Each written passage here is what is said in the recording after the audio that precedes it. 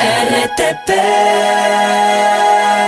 Ya está con nosotros vía online el abogado Gonzalo Muñoz Hidalgo, constitucionalista. Vamos a hablar sobre justamente lo que conversábamos. De hecho, vamos a extender este tema, las 20 constituciones que hemos tenido y la que, bueno, tal vez este 16 de noviembre también podríamos comenzar a iniciar una nueva constitución, una nueva refundación, como algunos quieren verlos del país. Bienvenido a la mañana en RTP, abogado Muñoz. Gracias por acompañarnos. Hola, muy buenos días. Un gentil saludo para todos ustedes, igualmente para toda la audiencia que nos ve esta mañana por el RTP. Ya hemos hablado algo de la historia del país y justamente de las últimas tres constituciones, cuáles fueron las ideas que se mantuvieron justamente para impulsarlas a su criterio y aquí sí apelo a que nos ayude a visualizar, además de lo expuesto, por ejemplo, en tema de seguridad, en tema tal vez de lo que ha dicho el presidente de seguridad social y también, por ejemplo, los cambios que se quiere hacer.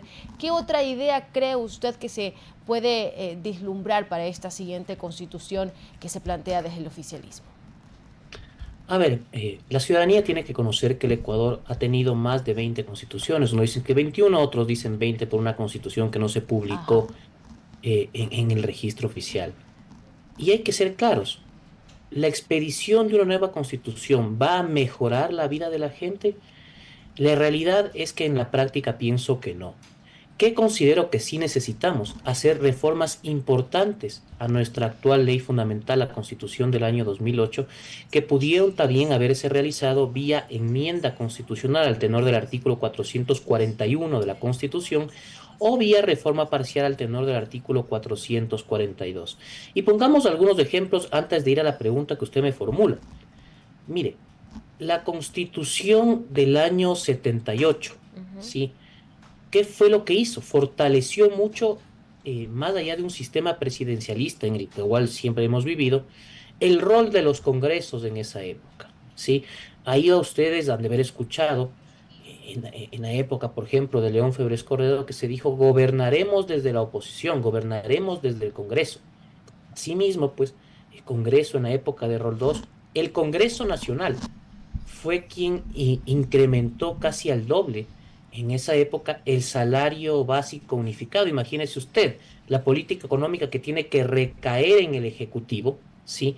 Fue directamente aprobada o legislada, llamémoslo así, por el Congreso Nacional, una potestad que debería ser propia del presidente. Fruto de esos errores vienen ciertos cambios a la Constitución del 78 que se dieron en el año 1994 Uh-huh.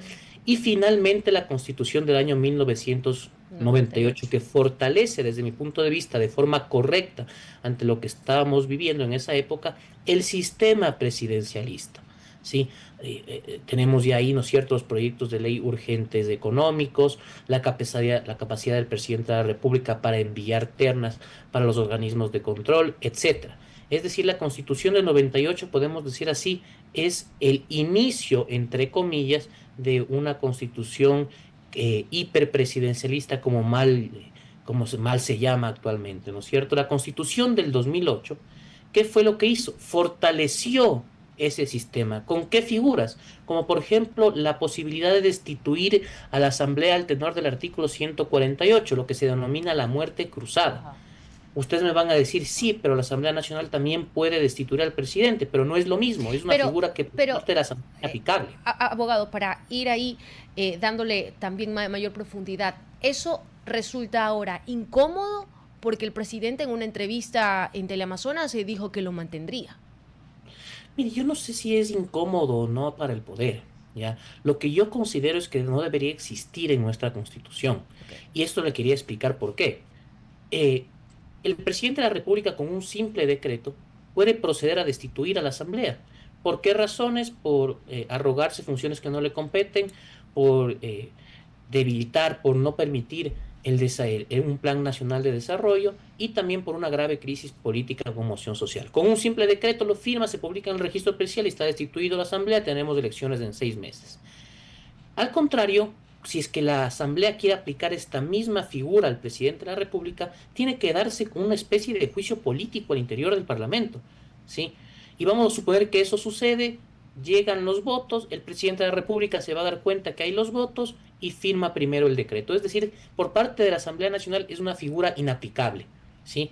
Y esta disolución y esta destitución del presidente, conocida como muerte cruzada, es propio de los sistemas parlamentarios, Ujú. no de los sistemas presidencialistas. Entonces sí considero yo que más allá si es incómodo, beneficioso o neutral hacia el poder, es algo que no debería existir en nuestra Constitución. Creo que eso es algo muy importante de rescatar. Ahora, vamos a las reformas.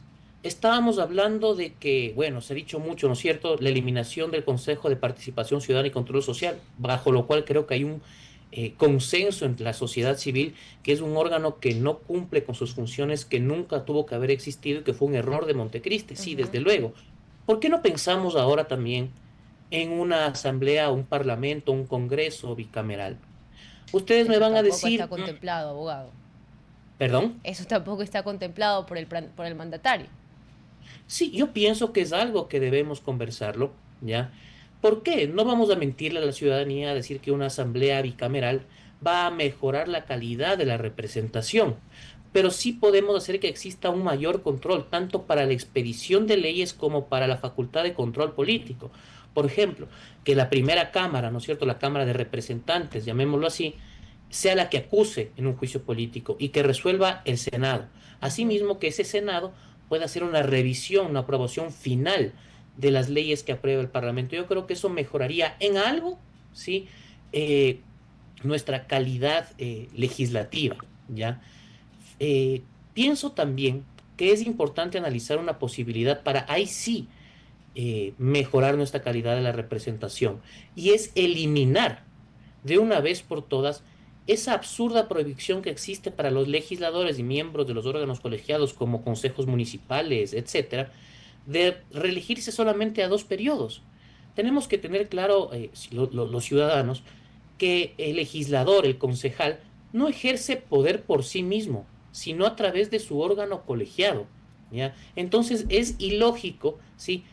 No permitirle una reelección más allá de 2 periodos. En Estados Unidos, por ejemplo, está prohibida la reelección presidencial más de 2 periodos, pero los legisladores, los senadores, etcétera, pueden reelegirse las veces que sean necesarias para el Senado o la Cámara de Representantes. ¿Y esto qué asegura?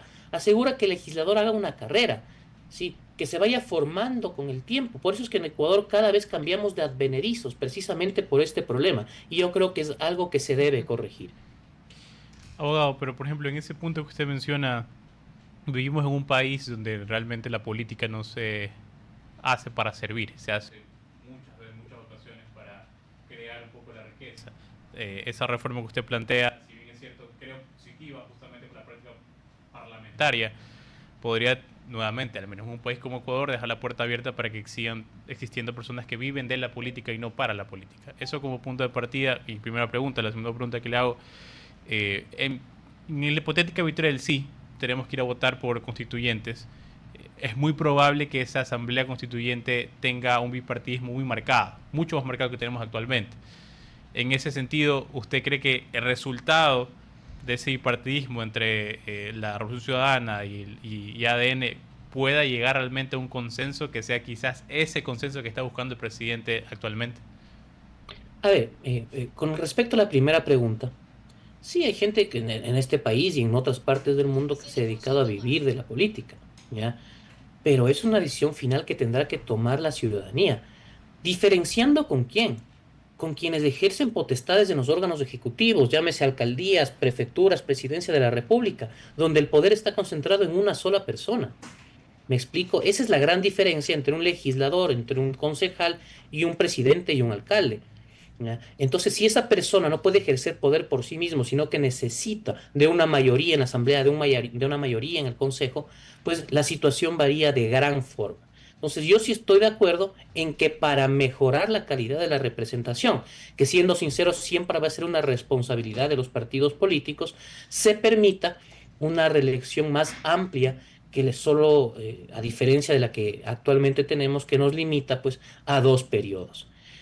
Con respecto a la segunda pregunta, es evidente que al día de hoy vamos a tener, si es que se da una constituyente, lo más probable es que exista un bipartidismo, ¿no es cierto? Y recordemos que el Estatuto de la Constituyente establece que las decisiones referentes a la Constitución tienen que aprobarse con mayoría calificada, es decir, de dos terceras partes. Y yo pienso que aquí pueden existir acuerdos en qué, por ejemplo. Yo creo que tanto, llamémoslo así, el correísmo como el partido del presidente Novo ADN van a estar de acuerdo en no querer disminuir la capacidad, otra vez entre comillas, hiperpresidencialista de la Constitución, ¿no es cierto? Considero yo, en cambio, que van a existir problemas en el momento de tratar el régimen económico. Recordemos que la Constitución del 2008 nos propuso un sistema popular y solidario, un sistema económico popular y solidario, mientras que, por ejemplo, la Constitución del 98, de carácter más liberal, elaborada por dos fuerzas políticas importantes de ese momento, la Democracia Popular y el Partido Social Cristiano, impulsaron e incluyeron en dicha Constitución una economía social de mercado, que pienso yo es la que debería regresar. Entonces, habrán puntos en donde jamás van a divergir, donde van a convenir, mejor dicho. Recordemos que ahí el correísmo sí tiene una importante agenda de impunidad y, por tanto, pues habrán cosas en que no se van a poder poner de acuerdo, importantes, eso sí. Veamos qué es lo que sucede en el momento de la aprobación.